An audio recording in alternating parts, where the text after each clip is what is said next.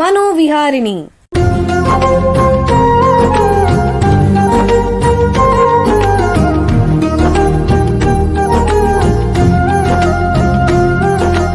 ಬೆಂಗಳೂರಿನ ನಿಮ್ಹಾನ್ಸ್ ವತಿಯಿಂದ ಮಾನಸಿಕ ಆರೋಗ್ಯ ಮತ್ತು ನರವಿಜ್ಞಾನ ಕುರಿತ ಪ್ರಾಯೋಜಿತ ಶಿಕ್ಷಣ ಮಾಲಿಕೆ. ಸಹಯೋಗ ಕರ್ನಾಟಕ ವಿಜ್ಞಾನ ಮತ್ತು ತಂತ್ರಜ್ಞಾನ ಅಕಾಡೆಮಿ, ವಿಜ್ಞಾನ ಮತ್ತು ತಂತ್ರಜ್ಞಾನ ಇಲಾಖೆ, ಕರ್ನಾಟಕ ಸರ್ಕಾರ. ಕೇಳಿ ಮಾನಸಿಕ ಆರೋಗ್ಯ ಮತ್ತು ನರವಿಜ್ಞಾನ ಕುರಿತ ಮಾಲಿಕೆ ಮನೋವಿಹಾರಿಣಿ. ನಮಸ್ಕಾರ ಶ್ರೋತೃಗಳೇ, ನಿಮಗೆಲ್ಲರಿಗೂ ಮನೋವಿಹಾರಿಣಿ ಶಿಕ್ಷಣ ಮಾಲಿಕೆಯ ಈ ಸಂಚಿಕೆಗೆ ಆತ್ಮೀಯ ಸ್ವಾಗತ. ಹಿಂದಿನ 3 ಸಂಚಿಕೆಗಳಲ್ಲಿ ನರಮಂಡಲದ ಅಸ್ವಸ್ಥತೆಗಳಲ್ಲಿ ಮುಖ್ಯವಾಗಿರೋ ಎಪಿಲೆಪ್ಸಿ ಬಗ್ಗೆ ತಿಳ್ಕೊಂಡ್ವಿ. ಅದನ್ನು ಇಂದಿನ ಕಾರ್ಯಕ್ರಮದಲ್ಲಿ ಮುಂದುವರಿಸೋಣ. ಹಿಂದಿನ ಸಂಚಿಕೆಗಳಲ್ಲಿ ಎಪಿಲೆಪ್ಸಿ ಬಗ್ಗೆ ಏನೇನು ತಿಳ್ಕೊಂಡ್ವಿ ಅಂತ ಜ್ಞಾಪಿಸ್ಕೊಳ್ಳೋಣ. ಎಪಿಲೆಪ್ಸಿ ಅಥವಾ ಅಪಸ್ಮಾರ ಅನ್ನೋದು ಮೆದುಳಿನಲ್ಲಿ ಹರಿಯುವಂಥ ವಿದ್ಯುತ್ನಲ್ಲಿ ಏರುಪೇರಾದರೆ ಉಂಟಾಗುವಂಥ ಕಾಯಿಲೆ. ನಮ್ಮ ದೇಶದಲ್ಲಿ ಕಂಡುಬರುವಂತಹ ಸಾಮಾನ್ಯವಾದಂತಹ ನರಮಂಡಲದ ಕಾಯಿಲೆಗಳ ಪೈಕಿ ಎಪಿಲೆಪ್ಸಿ ಕೂಡ ಒಂದು. ಸುಮಾರು 1-3% ಜನರಲ್ಲಿ ಕಂಡುಬರುವಂಥ ಕಾಯಿಲೆ ಇದು. ಹಲವರಲ್ಲಿ ಶಾಶ್ವತವಾದ ಕಾಯಿಲೆ ಅಲ್ಲ ಇದು. ಯಾರಿಗೆ ಬೇಕಾದರೂ ಬರ್ಬೋದು, ಆದರೆ ಮಕ್ಕಳಲ್ಲಿ ಸ್ವಲ್ಪ ಜಾಸ್ತಿ. ಕೆಲವು ಸಂದರ್ಭಗಳಲ್ಲಿ ಆನುವಂಶಿಕ ಕಾರಣಗಳಿಂದ ಬರುತ್ತೆ. ಅದಲ್ಲದೆ ಮೆದುಳುಗಾಯ, ಮೆದುಳು ಸೋಂಕು, ಲಕ್ವ ಅಥವಾ ಮೆದುಳಿನ ವಿಕಾಸದ ಸಂದರ್ಭದಲ್ಲಿ ಬರಬಹುದು. ಇದು ಖಂಡಿತ ಒಬ್ಬರಿಂದ ಒಬ್ಬರಿಗೆ ಹರಡುವಂಥ ಸಾಂಕ್ರಾಮಿಕ ಕಾಯಿಲೆ ಅಲ್ಲ. ರೋಗ ಲಕ್ಷಣಗಳು ಏನು ಅಂತಂದರೆ ಮುಖ್ಯವಾಗಿ ಸೆಳೆತ, ಅಂದರೆ ಸೆಳವು, ಅಂದರೆ ಫಿಟ್ಸ್ ಅಂತ ಬರುತ್ತೆ. ಈ ಫಿಟ್ಸ್ನಲ್ಲೇ ಸುಮಾರು 10 ವಿವಿಧ ರೀತಿಗಳಿವೆ ಅಂತ ತಜ್ಞರು ಹಿಂದಿನ ಸಂಚಿಕೆಯನ್ನು ತಿಳಿಸಿದ್ರು. ಯಾರಿಗಾದರೂ ಫಿಟ್ಸ್ ಬಂದರೆ ಸುತ್ತಲಿನ ಜನ ಏನು ಮಾಡಬೇಕು, ಏನು ಮಾಡಬಾರ್ದು ಅಂತ ತಜ್ಞರು ತಿಳಿಸಿದ್ರು. ಅದೇ ರೀತಿ ಎಪಿಲೆಪ್ಸಿನ ಗುರುತಿಸಕ್ಕೆ ವೈದ್ಯರು ಆಸ್ಪತ್ರೆಯಿಂದ ಯಾವ ರೀತಿ ಪರೀಕ್ಷೆಗಳನ್ನು ಮಾಡ್ತಾರೆ ಮತ್ತು ಯಾವ ರೀತಿ ಚಿಕಿತ್ಸೆ ಕೊಡ್ತಾರೆ, ಮುಖ್ಯವಾಗಿ ಯಾವ ರೀತಿ ಮಾತ್ರೆಗಳನ್ನು ಇದಕ್ಕೆ ಕೊಡ್ತಾರೆ, ಅದರ ಬಗ್ಗೆ ಕೂಡ ಹಿಂದಿನ ಸಂಚಿಕೆಗಳಲ್ಲಿ ತಜ್ಞರು ವಿವರಿಸಿದರು. ಎಪಿಲೆಪ್ಸಿಗೆ ಇರುವಂತಹ ಮುಖ್ಯವಾದ ಚಿಕಿತ್ಸೆಗಳಲ್ಲಿ ಶಸ್ತ್ರಚಿಕಿತ್ಸೆ ಕೂಡ ಒಂದು. ಶಸ್ತ್ರಚಿಕಿತ್ಸೆ ಅಂದರೆ ಸರ್ಜರಿ. ಇಂದಿನ ಸಂಚಿಕೆಯಲ್ಲಿ ಇದರ ಬಗ್ಗೆ ಹೆಚ್ಚಿನ ಮಾಹಿತಿ ತಿಳ್ಕೊಳ್ಳೋಣ. ನ್ಯೂರೋ ಸರ್ಜರಿ ಅಂದರೆ ನರಶಸ್ತ್ರಚಿಕಿತ್ಸೆ ಕ್ಷೇತ್ರದಲ್ಲಿ, ಅದರಲ್ಲೂ ಎಪಿಲೆಪ್ಸಿ ಸರ್ಜರಿ ಕ್ಷೇತ್ರದಲ್ಲಿ ಸುಮಾರು 20 ವರ್ಷಗಳಿಂದ ವೈದ್ಯಕೀಯ ಸೇವೆ ಮತ್ತು ಸಂಶೋಧನೆ ಮಾಡ್ತಾ ಇರುವಂತಹ ನಿಮ್ಹಾನ್ಸ್ ಸಂಸ್ಥೆಯ ನ್ಯೂರೋ ಸರ್ಜರಿ ವಿಭಾಗದಲ್ಲಿ ಪ್ರಾಧ್ಯಾಪಕರಾಗಿರುವಂತಹ ಡಾಕ್ಟರ್ ಅರಿವಳಗನ್ ಅವರು ನಮ್ಮೊಂದಿಗಿದ್ದಾರೆ. ಅವ್ರನ್ನ ಸ್ವಾಗತಿಸೋಣ. ನಮಸ್ಕಾರ ಡಾಕ್ಟರ್ ಅರಿವಳಗನ್ ಅವರೇ. ನಮಸ್ಕಾರ ಸರ್. ನಿಮಗೆ ಈ ಕಾರ್ಯಕ್ರಮಕ್ಕೆ ಸ್ವಾಗತ. ಅವರೊಂದಿಗೆ ಅದೇ ವಿಭಾಗದಲ್ಲಿ ಸುಮಾರು 15 ವರ್ಷಗಳಿಂದ ಸೇವೆ ಸಲ್ಲಿಸ್ತಾ ಇರುವಂತಹ ಹೆಚ್ಚುವರಿ ಪ್ರಾಧ್ಯಾಪಕರಾಗಿರುವಂತಹ ಡಾಕ್ಟರ್ ನಿಶಾಂತ್ ಸದಾಶಿವ ಅವರು ಕೂಡ ನಮ್ಮೊಂದಿಗಿದ್ದಾರೆ. ಅವ್ರನ್ನ ಸ್ವಾಗತಿಸೋಣ. ನಮಸ್ಕಾರ ಡಾಕ್ಟರ್ ನಿಶಾಂತ್ ಸದಾಶಿವ ಅವರೇ. ನಮಸ್ಕಾರ. ನಿಮಗೆ ಈ ಕಾರ್ಯಕ್ರಮಕ್ಕೆ ಸ್ವಾಗತ.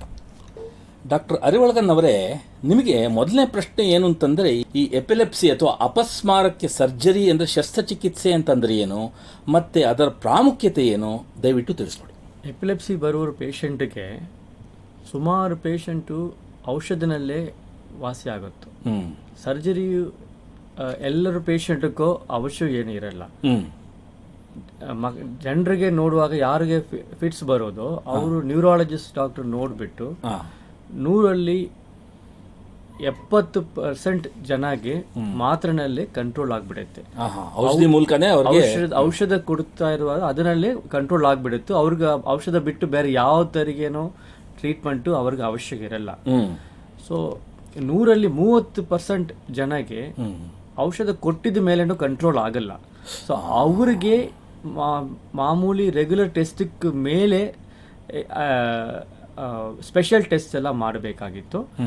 ಅವರು ಅದು ಮಿಕ್ಕದ 30% ಅಲ್ಲಿ 10% ಜನಗೆ ಸರ್ಜರಿ ಮಾಡೋದಲ್ಲಿ ಉತ್ತಮ ಉಪಯೋಗ ಆಗೋದಕ್ಕೆ ಚಾನ್ಸಸ್ ಇದೆ.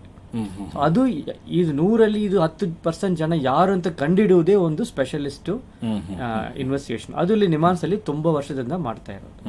ಸೊ ಸರ್ಜರಿ ಅಂದ್ರೆ ಎಲ್ರಿಗೂ ಅದು ಉಪಯೋಗ ಆಗಲ್ಲ. 10ಲ್ಲಿ ಒಬ್ಬರಿಗೆ ಬೇಕಾಗಿರುತ್ತೋ ಉಪಯೋಗ ಆಗುತ್ತೋ, ಅದು ಯಾರು ಅವರಂತ ಕಂಡುಹಿಡೋದು ಒಂದು ಸ್ಪೆಷಲಿಸ್ಟ್ ಟ್ರೀಟ್ಮೆಂಟು. ಅದೆಲ್ಲ ಕರೆಕ್ಟಾಗಿ ಕಂಡುಹಿಡಿದ ಮೇಲೇನೆ ಸರ್ಜರಿ ಮಾಡಿದ್ರೆ ಅದು ಅವ್ರಿಗೆ ಉಪಯೋಗ ಆಗುತ್ತೆ. ಏನಕ್ಕೆ ಸರ್ಜರಿ ಇಲ್ಲಿ ಮುಖ್ಯ ಅಂದರೆ, ಈ ಗ್ರೂಪ್ ಆಫ್ ಪೇಷಂಟ್ಸ್ಗೆ ಔಷಧದಿಂದ ಅವ್ರಿಗೆ ಲೈಫ್ ಟೈಮಲ್ಲಿ ಅವ್ರಿಗೂ ವಾಸಿ ಆಗಲಿಕ್ಕೆ ಚಾನ್ಸಸ್ ಇಲ್ಲ. ಆ ಥರ ಜನಗಳಿಗೆ ಆಪರೇಷನ್ ಮಾಡುವಾಗ ಆಪರೇಷನಿಂದ ಅವ್ರಿಗೆ 3/4 ಭಾಗ ಚಾನ್ಸಸ್ ಇದೆ ಫಿಟ್ಸ್ ಕಂಟ್ರೋಲ್ ಆಗಲಿಕ್ಕೆ. ಸೊ ಈ ಥರ ಪೇಷಂಟ್ಸ್ಗೂ ಸರ್ಜರಿ ತುಂಬ ಒಳ್ಳೆಯದಾಗುತ್ತೋ, ತುಂಬ ಅನುಕೂಲ ಆಗುತ್ತೆ. ಅಂದರೆ ಯಾರಲ್ಲಿ ಔಷಧಿ ಸರಿಯಾಗಿ ಕೆಲಸ ಮಾಡ್ತಿಲ್ವೋ, ಚಿಕಿತ್ಸೆ ಪರಿಪೂರ್ಣವಾಗಿಲ್ವೋ, ರೋಗಿ ಸ್ಪಂದಿಸ್ತಾ ಇಲ್ವೋ ಅಂಥವರಲ್ಲಿ ನೀವು ಅಂದರೆ 30% ಜನದಲ್ಲಿ 10%ಕ್ಕೆ ನೀವು ಒಬ್ಬರನ್ನ ಆಯ್ಕೆ ಮಾಡಿಕೊಂಡು ಅಂಥವ್ರಿಗೆ ನೀವು ಶಸ್ತ್ರಚಿಕಿತ್ಸೆ ಮಾಡಿದ್ರೆ ಬಹುಶಃ ಈ ಫಿಟ್ಸ್ ಅನ್ನೋದು ಒಂದು ರೀತಿ ನಿಯಂತ್ರಣಕ್ಕೆ ಬರುತ್ತೆ ಅಂತ ಹೇಳ್ತಿದ್ದೀರಾ. ಅಂದರೆ ಈಗ ನೀವು ಹೇಳಿದ್ರೆ ಸ್ಪೆಷಲಿಸ್ಟ್ ಒಬ್ಬರು ಬಂದ್ಬಿಟ್ಟು ಯಾರು ಸೂಕ್ತವಾದ ರೋಗಿ ಅವು ಶಸ್ತ್ರಚಿಕಿತ್ಸೆ ಮಾಡ್ಬೋದು, ಅದು ಹೇಗೆ ಕಂಡುಹಿಡಿತೀರಾ ನೀವು? ಅದು ನ್ಯೂರಾಲಜಿಸ್ಟು ಮೇಯ್ನ್ ಆಗಿ ಎಲ್ಲ ಕಂಡುಹಿಡಿತಾರೆ. ಬಟ್ ಅದು ಒಂದು ಗ್ರೂಪ್ ಆಫ್ ಡಾಕ್ಟರ್ಸ್ ಕೆಲಸ ಮಾಡಬೇಕು. ನ್ಯೂರಾಲಜಿಸ್ಟು, ನ್ಯೂರೋ ಸರ್ಜನು, ರೇಡಿಯಾಲಜಿಸ್ಟು, ಸೈಕಾಲಜಿಸ್ಟು ಎಲ್ಲರೂ ಒಟ್ಟಿಗೆ ಸೇರಿಸಿ ಇದೆಲ್ಲ ಇನ್ವೆಸ್ಟಿಗೇಷನ್ ಮಾಡಬೇಕು. ಏನು ಅವಶ್ಯನಂದ್ರೆ ಇವೆಲ್ಲ ಫಿಟ್ಸು ಎಲ್ಲ ಕಾರಣದಿಂದ ಬರ್ಬೋದು. ಯಾವ ಟೈಮಲ್ಲಿ ಅದು ಮಾತ್ರನಲ್ಲಿ ಕಂಟ್ರೋಲ್ ಆಗಿಲ್ವೋ ಆವಾಗ ಅದು MRI ಮತ್ತು ಮಿಕ್ಕ ಟೆಸ್ಟ್ ಎಲ್ಲ ಡಾಕ್ಟರ್ ನಿಶಾಂತ್ ಹೇಳ್ತಾರೆ. ಅವೆಲ್ಲ ಮಾಡಿ ಮೆದುಳಲ್ಲಿ ಒಂದು ಜಾಗದಿಂದ ಈ ತೊಂದರೆ ಬರ್ತಾ ಇದೆ ಅಂತ ಕಂಡಿಡಿಯಕಾದ್ರೆ ಆ ಜಾಗ ಆಪರೇಷನ್ ಮಾಡಿ ಅದು ಮೆದುಳಿಂದ ತೆಗಿಯಕಾದ್ರೆ ಅವ್ರಿಗೂ ಫಿಟ್ಸ್ ಕಂಟ್ರೋಲ್ ಆಗುತ್ತೆ. ಅದೇ ಮುಖ್ಯ. ಅಂದ್ರೆ ಅವ್ರಿಗೂ ಫಸ್ಟ್ ಫಿಟ್ಸ್ ಮಾತ್ರನಲ್ಲಿ ಕಂಟ್ರೋಲ್ ಆಗಲ್ಲ ಅಂತ ಇರಬೇಕು. ಅವ್ರಿಗೂ ಇದು ಎಲ್ಲಾ ಟೆಸ್ಟ್ ಮಾಡೋದ್ರಿಂದ ಮೆದುಳಲ್ಲಿ ಯಾವ ಜಾಗದಿಂದ ಇದು ಶುರು ಆಗತ್ತೆ ಅಂತ ಕಂಡಿಡಿಬೇಕು. ಅದು ಎಲ್ಲಿಂದ ಶುರು ಆಗೋದನ್ನ ಕಂಡಿಡಿಯಕಾದ್ರೆ ಅವ್ರಿಗೂ ಸರ್ಜರಿ ಮೂಲದಾಗಿ ಅದು ತೆಗೆದು ಬಿಟ್ರೆ ಅವ್ರಿಗೂ ಫಿಟ್ಸ್ ನಿಂತ್ಕೊಳ್ಳುತ್ತೆ. ಅದು ಎಲ್ಲಿಂದ ಶುರು ಆಗುತ್ತೆ ಅಂದ್ರೆ ಅಲ್ಲಿ ಒಂದು ಗಡ್ಡೆ ಇರ್ಬೋದು, ಇಲ್ಲ ಒಂದು ಗಾಯ ಇರ್ಬೋದು, ಇಲ್ಲ ಹುಟ್ಟಿದಂಗನೆ ಮೆದುಳಲ್ಲಿ ಅಲ್ಲಿ ಏನಾದ್ರೂ ಅಬ್ನಾರ್ಮಾಲಿಟಿ ಇರ್ಬೋದು. ಈ ತರ ಸುಮಾರು ಇಲ್ಲ ಏನಾದ್ರೂ ಚಿಕ್ಕ ವಯಸ್ಸಲ್ಲಿ ಇನ್ಫೆಕ್ಷನ್ ಆಗಿ ಒಂದು ಗಾಯ ಆಗಿರ್ಬೋದು. ಯಾವುದೇ ಕಾರಣದಿಂದ ಬ್ರೈನ್ ಅಲ್ಲಿ ಒಂದು ಜಾಗಿನಲ್ಲಿ ತೊಂದರೆ ಆಗಿದೆ ಅಂದ್ರೆ ಅಲ್ಲಿಂದ ಇದು ಫಿಟ್ಸ್ ಶುರು ಆಗುತ್ತೋ ನಮ್ ಕಂಡಿಡಿಯಕಾದ್ರೆ ಅದು ಸರ್ಜರಿ ಮೂಲದಿಂದ ಅದು ತೆಗಿಯಕ್ಕಾಗತ್ತೆ. ಆ ತರ ತೆಗೆದ್ರೆ ಅವ್ರಿಗೆ ಕಂಟ್ರೋಲ್ ಆಗಲಿಕ್ಕೆ ತುಂಬಾ ಚಾನ್ಸಸ್ ಜಾಸ್ತಿ. ಬಹಳ ಉಪಯುಕ್ತವಾದ ಮಾಹಿತಿ ಕೊಟ್ಟಿದ್ದೀರಾ. ಈಗ ಒಂದು ಸಣ್ಣ ವಿರಾಮ ತಗೊಳ್ಳೋಣ, ನಂತರ ಎಪಿಲೆಪ್ಸಿ ಬಗ್ಗೆ ಚರ್ಚೆನ ಮುಂದುವರಿಸೋಣ. ಬೆಂಗಳೂರಿನ ನಿಮ್ಹಾನ್ಸ್ ಮಾನಸಿಕ ಆರೋಗ್ಯ ಮತ್ತು ನರವಿಜ್ಞಾನ ಕ್ಷೇತ್ರದಲ್ಲಿ ಹೆಸರುವಾಸಿ. ಶ್ರೇಷ್ಠ ಗುಣಮಟ್ಟದ ಔಷಧೋಪಚಾರ, ಸಂಶೋಧನೆ ಮತ್ತು ತರಬೇತಿ ಇವೇ ನಿಮ್ಹಾನ್ಸ್ನ ಪ್ರಮುಖ ಧ್ಯೇಯಗಳು. ದೇಶದ ವಿವಿಧ ಭಾಗಗಳಿಂದ ಬರುವ ಲಕ್ಷಾಂತರ ಜನರಿಗೆ ಚಿಕಿತ್ಸೆ ನೀಡುವ ನಿಮ್ಹಾನ್ಸ್ಗೆ ರಾಷ್ಟ್ರೀಯ ಪ್ರಾಮುಖ್ಯತಾ ಸಂಸ್ಥೆ ಎಂಬ ಗೌರವ. ಚಿಕಿತ್ಸೆ ಮತ್ತು ವೈದ್ಯಕೀಯ ಸೇವೆಗಳ ಜೊತೆಯಲ್ಲಿ ನರರೋಗ ಮತ್ತು ಮನೋವೈದ್ಯಕೀಯ ಪುನರ್ವಸತಿ ಸೇವೆಗಳು, ಸಮುದಾಯ ಮಟ್ಟದ ಆರೋಗ್ಯ ಕಾರ್ಯಕ್ರಮಗಳನ್ನು ನಡೆಸುವುದು ಹಾಗೂ ಜನಜಾಗೃತಿ ಮೂಡಿಸುವ ಕೆಲಸಗಳಲ್ಲಿ ಸಕ್ರಿಯವಾಗಿದೆ ನಿಮ್ಹಾನ್ಸ್. ಈ ನಿಟ್ಟಿನಲ್ಲಿ ಆಕಾಶವಾಣಿಯ ಶ್ರೋತೃಗಳಿಗೆ ನರಮಂಡಲ ಮತ್ತು ಮಾನಸಿಕ ಆರೋಗ್ಯದ ಬಗ್ಗೆ ಉಪಯುಕ್ತ ಮಾಹಿತಿ ನೀಡುವುದೇ ಕರ್ನಾಟಕ ವಿಜ್ಞಾನ ಮತ್ತು ತಂತ್ರಜ್ಞಾನ ಅಕಾಡೆಮಿಯ ಸಹಯೋಗದೊಂದಿಗೆ ಮೂಡಿಬರುತ್ತಿರುವ ಈ ಮನೋವಿಹಾರಿಣಿ ಶಿಕ್ಷಣ ಮಾಲಿಕೆಯ ಮೂಲ ಉದ್ದೇಶ. ವಿರಾಮದ ನಂತರ ಮನೋವಿಹಾರಿಣಿಯ ಈ ಸಂಚಿಕೆಗೆ ನಿಮಗೆಲ್ಲರಿಗೂ ಮತ್ತೊಮ್ಮೆ ಸ್ವಾಗತ. ವಿರಾಮಕ್ಕೆ ಮುಂಚೆ ಎಪಿಲೆಪ್ಸಿ ಬಗ್ಗೆ ನಿಮ್ಹಾನ್ಸ್ನ ತಜ್ಞರಾದ ಡಾಕ್ಟರ್ ಅರಿವಳಗನ್ ಅವರ ಹತ್ರ ಮಾತಾಡ್ತಾ ಇದ್ವಿ. ಈಗ ಈ ಚರ್ಚೆನ ಮುಂದುವರಿಸೋಣ. ಮುಂದಿನ ಪ್ರಶ್ನೆ ಡಾಕ್ಟರ್ ನಿಶಾಂತ್ ಸದಾಶಿವ ಅವರಿಗೆ. ಡಾಕ್ಟ್ರೇ, ಈ ಸರ್ಜರಿ ಅಥವಾ ಶಸ್ತ್ರಚಿಕಿತ್ಸೆಗೆ ಮುಂಚೆ ಯಾವ ರೀತಿ ಪರೀಕ್ಷೆಗಳನ್ನು ನೀವು ರೋಗಿಗೆ ಮಾಡ್ತೀರಾ ಮತ್ತು ಈ ಶಸ್ತ್ರಚಿಕಿತ್ಸೆ ಅನ್ನೋದನ್ನೇ ಹೇಗೆ ನಡೆಸ್ತೀರಾ ನೀವು, ದಯವಿಟ್ಟು ತಿಳಿಸಿ. ಶಸ್ತ್ರಚಿಕಿತ್ಸೆಗೆ ರೋಗಿ ಬರೋದಕ್ಕಿಂತ ಮುಂಚೆ ನರರೋಗ ತಜ್ಞರು ಇರ್ತಾರಲ್ಲ, ಅವರು ಎಷ್ಟು ಸಲ ರೋಗಿಗೆ ಮೂರ್ಛೆ ರೋಗ ಬರ್ತಾ ಇದೆ ಮತ್ತು ಅವರಿಗೆ ಅವ್ರು ಕೊಟ್ಟಿರೋ ಮಾತ್ರೆಗಳಿಂದ ಅದು ಮೂರ್ಛೆ ರೋಗ ಕಂಟ್ರೋಲ್ ಆಗಿದೆ ಅಲ್ವಾ ಅಂತೆಲ್ಲ ಟೆಸ್ಟ್ ಮಾಡಿರ್ತಾರೆ ಆಲ್ರೆಡಿ. ಅದಾದ ಮೇಲೆ ಶಸ್ತ್ರಚಿಕಿತ್ಸೆ ಬೇಕೇ ಬೇಕು ಅಂತ ಅಂದಾಗ ವಿಡಿಯೋ EEG ಅಂತ ಹೇಳ್ತೀವಿ, ಎಲೆಕ್ಟ್ರೋ ಎನ್ಕೆಫಲೋಗ್ರಫಿ ಅಂತ ಏನು ಹೇಳ್ತೀವಿ, ಅದನ್ನು ಅವರು ಆಲ್ರೆಡಿ ಮಾಡಿ ಮೆದುಳಿನ ಯಾವ ಜಾಗದಿಂದ ಈ ಮೂರ್ಛೆ ರೋಗದ ಆರಿಜಿನ್ ಎಲ್ಲಿಂದ ಬರ್ತಾ ಇರ್ಬೋದು ಅಂತ ಅಂದ್ಬಿಟ್ಟು ಕಂಡಿಡಿಯೋಕ್ಕೆ ಆಲ್ರೆಡಿ ಅವರು ಟ್ರೈ ಮಾಡಿರ್ತಾರೆ. ಅದಾದಮೇಲೆ ಒಂದು MRI ಸ್ಕ್ಯಾನ್ ಅಂತ ಮಾಡ್ತೀವಿ. ಅಕಸ್ಮಾತ್ ನಮಗೆ MRIಯಲ್ಲಿ ಮತ್ತು ವಿಡಿಯೋ EEGಯಲ್ಲಿ, ಜನರಲ್ EEGಯಲ್ಲಿ ಅದರೆಲ್ಲದರಲ್ಲೂ ಕರೆಕ್ಟಾಗಿ ನಮಗೆ ಗೊತ್ತಾಗ್ತಾ ಇದೆ ಇದೇ ಜಾಗದಿಂದ ಫಿಟ್ಸ್ ಕಾಯಿಲೆ ಉತ್ಪನ್ನ ಆಗ್ತಾ ಇದೆ ಅಂತ ಗೊತ್ತಾದರೆ ನಾವು ನಮ್ಮ ರೋಗಿಗೆ ಹೇಳಿ ಈ ಜಾಗದನ್ನ ನಾವು ಆಪರೇಷನ್ ಮಾಡಿ ತೆಗೆದು ನಿಮಗೆ ನೀವು ಗುಣಮುಖ ಮಾಡ್ಬೋದು ಅಂತ ಹೇಳ್ಬೋದು.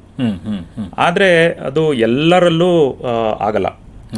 ಕೆಲವು ರೋಗಿಗಳಿಗೆ ನಮಗೆ ಇಷ್ಟೆಲ್ಲ ಟೆಸ್ಟ್ ಮಾಡಿದ್ರೂ ಸ್ವಲ್ಪ ಡೌಟ್ ಇರುತ್ತೆ. ಅಂತಹ ಸಮಯದಲ್ಲಿ ಪೆಟ್ ಸ್ಕ್ಯಾನ್ ಅಂತ ಇದೆ, ಸ್ಪೆಕ್ಟ್ ಸ್ಕ್ಯಾನ್ ಅಂತ ಇದೆ, ಮೆಗ್ ಸ್ಕ್ಯಾನ್ ಅಂತ ಇದೆ. ಅದೆಲ್ಲನೂ ನಿಮ್ಹಾನ್ಸ್ ಅಲ್ಲಿ ಉಪಯೋಗ ಮಾಡಿ ಇದೇ ಜಾಗದಿಂದ ಫಿಟ್ಸ್ ಕಾಯಿಲೆ ಬರ್ತಾ ಇದೆ ಅಂತ ನಾವು ಕನ್ಕ್ಲೂಡ್ ಮಾಡಿದ್ಮೇಲೆ ನಾವು ನಮ್ಮ ಗುಂಪಿನಲ್ಲಿ ಎಲ್ಲ ಡಾಕ್ಟರ್ಸ್ ಹತ್ರನೂ ಮಾತಾಡಿ ಈ ಶಸ್ತ್ರಚಿಕಿತ್ಸೆಯಿಂದ ಈ ರೋಗಿನ ಗುಣಮುಖ ಮಾಡಬಹುದು ಅಂತ ತಿಳ್ಕೊಂಡಾದ್ಮೇಲೆ ನಾವು ಶಸ್ತ್ರಚಿಕಿತ್ಸೆ ಮಾಡಬಹುದು ಅಂತ ಡಿಸಿಷನ್ ಮಾಡ್ತೀವಿ. ಯೂಶಲಿ ಯಾವಾಗ್ಲೂ ಅಷ್ಟೇ ನಾವು ಅನಸ್ತೀಶಾ ಕೊಟ್ಟು ಬ್ರೈನ್ ಸರ್ಜರಿ, ನ್ಯೂರೋ ಸರ್ಜರಿ ಯಾವ ತರ ಮಾಡ್ತೀವಿ ಅದೇ ತರ ಇರುತ್ತೆ. ಮೆದುಳಿನ ಯಾವ ಭಾಗದಿಂದ ಫಿಟ್ಸ್ ಬರ್ತಾ ಇದೆ ಆ ಜಾಗನ ಆಕ್ಯುರೇಟ್ ಆಗಿ ಆ ಜಾಗ ಮಾತ್ರ ತೆಗಿಬೇಕು. ಸುತ್ತಮುತ್ತಲಿನ ಮೆದುಳಿನ ಡ್ಯಾಮೇಜ್ ಮಾಡಬಾರ್ದು. ಆ ತರ ತುಂಬಾ ಕೇರ್ಫುಲ್ ಆಗಿ ಆ ಪಾರ್ಟ್ನ ನಾವು ಯೂಶಲಿ ತೆಗಿತೀವಿ. ಅದಲ್ಲದೇನೆ ಬೇರೆ ತರದ ಶಸ್ತ್ರಚಿಕಿತ್ಸೆಗಳು ಇದೆ. ಅದರಲ್ಲಿ ತುಂಬಾ ಸ್ಪ್ರೆಡ್ ಆಗೋದು, ಈ ಫಿಟ್ಸ್ ಕಾಯಿಲೆ ಸ್ಪ್ರೆಡ್ ಆಗ್ತಿರುತ್ತೆ ಒಂದ್ ಕಡೆಯಿಂದ ಇನ್ನೊಂದ್ ಕಡೆಗೆ. ಅದನ್ನ ಡಿಸ್ಕನೆಕ್ಷನ್ ಅಂತ ಹೇಳ್ತೀವಿ. ತೆಗಿಯೋದ್ ಬೇಕಾಗಲ್ಲ, ಆದ್ರೆ ಒಂದು ಜಾಗದಿಂದ ಇನ್ನೊಂದು ಜಾಗಕ್ಕೆ ಹರಡನ್ನ ತಡೆಯೋ ತರ ಆಪರೇಷನ್ಗಳು ಇದೆ. ಆ ತರ ಆಪರೇಷನ್ ಅನ್ನು ಮಾಡ್ತೀವಿ. ಮುಂದಿನ ಪ್ರಶ್ನೆ ಡಾಕ್ಟರ್ ಅರಿವಳಗನ್ ಅವರಿಗೆ. ಡಾಕ್ಟ್ರೇ, ಈ ಎಪಿಲೆಪ್ಸಿ ಶಸ್ತ್ರಚಿಕಿತ್ಸೆಯ ಅಪಾಯಗಳು ಮತ್ತು ಪ್ರಯೋಜನಗಳೇನು ದಯವಿಟ್ಟು ತಿಳಿಸಿ. ಹಾಗೆ ಈ ಶಸ್ತ್ರಚಿಕಿತ್ಸೆಯಿಂದ ಏನಾದರೂ ಅಡ್ಡ ಪರಿಣಾಮಗಳು, ಸೈಡ್ ಎಫೆಕ್ಟ್ಸ್ ಇರುತ್ತಾ ಅದನ್ನು ತಿಳಿಸಿ. ಎಲ್ಲ ಬ್ರೈನ್ ಸರ್ಜರಿಯಲ್ಲಿ ಒಂದು 3-5% ರಿಸ್ಕ್ ಇದೆ. ಅದೇ ರಿಸ್ಕು ಇದು ಎಪಿಲೆಪ್ಸಿ ಸರ್ಜರಿಗೂ ಇರುತ್ತೆ. ಆ ಜೊತೆ ಅಡಿಷನಲ್ ರಿಸ್ಕ್ ಯಾವಾಗ ಬರುತ್ತಂದ್ರೆ, ಇದು ಎಲ್ಲಿಂದ ಅದು ನಾವು ಹೇಳಿದ್ವಲ್ಲ ಅದು ಎಲ್ಲಿಂದ ಶುರು ಆಗುತ್ತಂದು ಆ ತರ ಜಾಗೆ ಬ್ರೈನಲ್ಲಿ ತುಂಬಾ ಮುಖ್ಯ ಜಾಗೆ, ಕೈ ಕಾಲು ಕಂಟ್ರೋಲ್ ಮಾಡೋದು ಜಾಗೆ ಮತ್ತೆ ಮಾತಾಡೋದು ಕಂಟ್ರೋಲ್ ಮಾಡೋ ಜಾಗೆ ಹತ್ರ ಇದ್ರೆ ಅದು ಆಪರೇಷನ್ ಮಾಡಿ ತೆಗಿಯುವಾಗ ಅದು ಸ್ವಲ್ಪ ಅಡಿಷನಲ್ ರಿಸ್ಕ್ ಆಗುತ್ತೆ. ಮುಖ್ಯವಾದ ಬೆನಿಫಿಟ್ ಸರ್ಜರಿ ಆದ್ಮೇಲೆ ಒಂದು 100ರಲ್ಲಿ 70-80% ಜನಕ್ಕೆ ಇದು ಫಿಟ್ಸ್ ನಿಂತೋಗ್ಲಿಕ್ಕೆ ಚಾನ್ಸಸ್ ಇದೆ. ಇವರಿಗೆ ಆಪರೇಷನ್ ಆಗಿಲ್ಲ ಆದ್ರೆ ಅವ್ರಿಗೆ ಲೈಫ್ ಟೈಮಿಗೆ ಫಿಟ್ಸ್ ಬರ್ತಾನೆ ಇರುತ್ತೆ. 2, ಲೇಡೀಸ್ ಅವ್ರಿಗೆ ಈ ಮಾತ್ರೆ ತಿಂತಾ ಇದ್ರೇನು ಪ್ರೆಗ್ನೆನ್ಸಿ ಟೈಮಲ್ಲಿ ಇದು ಫಿಟ್ಸ್ಗೆ ಕೊಡುತ್ತಾ ಇರೋದು ಮಾತ್ರದಿಂದ ರಿಸ್ಕ್ ಇದೆ. ಸೊ ಇದು ಸರ್ಜರಿ ಮಾಡಿ ಅವ್ರಿಗೆ ಫಿಟ್ಸ್ ನಿಂತೋಗ್ಬಿಟ್ರೆ ಅವ್ರಿಗೆ ತಿಂತಾ ಇರೋದು ಮಾತ್ರೆ ನಿಧಾನವಾಗಿ ಸ್ಟಾಪ್ ಮಾಡಿದ್ರೆ ಅವ್ರಿಗೂ ಅದು ಪ್ರೆಗ್ನೆನ್ಸಿ ಟೈಮಲ್ಲಿ ಇರೋದು ರಿಸ್ಕ್ ಕಡಿಮೆ ಆಗ್ಬೋದು, ಇಲ್ಲ ಕಂಪ್ಲೀಟ್ ಆಗಿ ರಿವರ್ಸ್ ಆಗ್ಬೋದು. ಡಾಕ್ಟರ್ ನಿಶಾಂತ್ ಅವರೇ, ಈಗ ಶಸ್ತ್ರಚಿಕಿತ್ಸೆ ಆಯಿತು ಅನ್ಕೊಳ್ಳೋ ಒಬ್ಬ ರೋಗಿಗೆ ಅದರ ನಂತರ ಎಷ್ಟು ಸಮಯ ಬೇಕಾಗತ್ತೆ ವ್ಯಕ್ತಿ ಚೇತರಿಸ್ಕೊಳ್ಳೋಕ್ಕೆ? ಇದರಿಂದ ರೋಗಿ ಮತ್ತೆ ಔಷಧಿ ಸೇವನೆ ಮಾಡಬೇಕಾ? ಅವ್ರ ಜೀವನ ಮಟ್ಟ ಹೇಗೆ ಸುಧಾರಿಸುತ್ತೆ ದಯವಿಟ್ಟು ತಿಳಿಸಿ. ಸಾಮಾನ್ಯವಾಗಿ ಶಸ್ತ್ರಚಿಕಿತ್ಸೆ ಆದಮೇಲೆ 3-7 ದಿನ ಆಸ್ಪತ್ರೆಯಲ್ಲಿ ಇರಬೇಕಾಗತ್ತೆ. ಕಾಲಕ್ರಮೇಣ ಬರ್ತಾ ಬರ್ತಾ ಅವರು ಅವರ ದೈನಂದಿನ ಚಟುವಟಿಕೆಗಳಲ್ಲಿ ತೊಡಗಬಹುದು. ಬಹಳ ಮುಖ್ಯ ಅಂತ ಅಂದ್ರೆ ನಾವು ಯಾವಾಗ ಅವರ ಮಾತ್ರೆಗಳನ್ನ ನಿಲ್ಲಿಸ್ಬೋದು ಅಂತ ಒಂದು ಬಹಳ ಸಾಮಾನ್ಯವಾದ ಪ್ರಶ್ನೆ. ಸಾಮಾನ್ಯವಾಗಿ 1 ವರ್ಷದಿಂದ 2 ವರ್ಷದ ತನಕ ಅವರು ಮಾತ್ರೆಗಳನ್ನ ತಗೋಬೇಕಾಗತ್ತೆ. ಯಾಕಂದ್ರೆ ನಾವು ಇದಕ್ಕಿದಂಗೆ ಮಾತ್ರೆಗಳನ್ನ ನಿಲ್ಸಿದ್ರೆ ಪುನಃ ಫಿಟ್ಸ್ ಬರೋ ಚಾನ್ಸಸ್ ಇರುತ್ತೆ ಅನ್ನೋ ಭಯ ಇದ್ದೇ ಇರುತ್ತೆ. 100 ಜನಕ್ಕೆ ಆಪರೇಷನ್ ಮಾಡಿದ್ರೆ ಅದರಲ್ಲಿ ಒಂದು 70-80% ಜನರಿಗೆ ಫಿಟ್ಸ್ ಬರೋದೇ ಇಲ್ಲ ಮತ್ತು ಕಂಪ್ಲೀಟ್ ಆಗಿ ಅವ್ರಿಗೆ ಮಾತ್ರೆನ ನಿಲ್ಲಿಸಿ ಅವರು ದೈನಂದಿನ ಚಟುವಟಿಕೆಗಳಲ್ಲಿ ಪಾಲ್ ಮಾಡ್ಬೋದು. ಎಸ್ಪೆಷಲಿ ಮಕ್ಕಳಲ್ಲಿ ಸ್ಕೂಲ್ಗೆ ವಾಪಸ್ ಹೋಗ್ಬೋದು, ಕಾನ್ಫಿಡೆನ್ಸ್ ಜಾಸ್ತಿ ಬರುತ್ತೆ. ನಾವು ಸಾಮಾನ್ಯವಾಗಿ ಆಪರೇಷನ್ ಮಾಡುವಂಥದ್ದು 20-30 ವರ್ಷದ ಜನರಿಗೆ.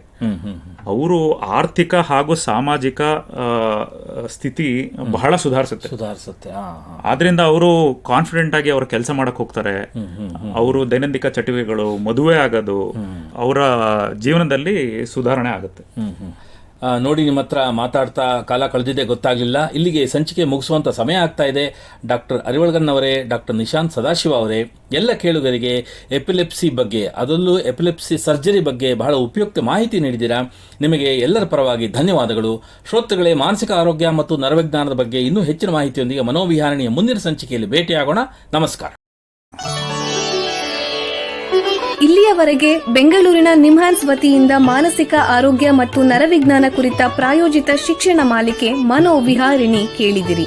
ಸಹಯೋಗ ಕರ್ನಾಟಕ ವಿಜ್ಞಾನ ಮತ್ತು ತಂತ್ರಜ್ಞಾನ ಅಕಾಡೆಮಿ, ವಿಜ್ಞಾನ ಮತ್ತು ತಂತ್ರಜ್ಞಾನ ಇಲಾಖೆ, ಕರ್ನಾಟಕ ಸರ್ಕಾರ. ನೆರವು ಮಾನಸಿಕ ಆರೋಗ್ಯ ಶಿಕ್ಷಣ ವಿಭಾಗ, ನಿಮ್ಹಾನ್ಸ್ ಹಾಗೂ ನಿವೇದಿತಾ BS, ನಿಮ್ಹಾನ್ಸ್. ಸಂಗೀತ ಸಂಯೋಜನೆ ಕೆ. ಕಲ್ಯಾಣ್.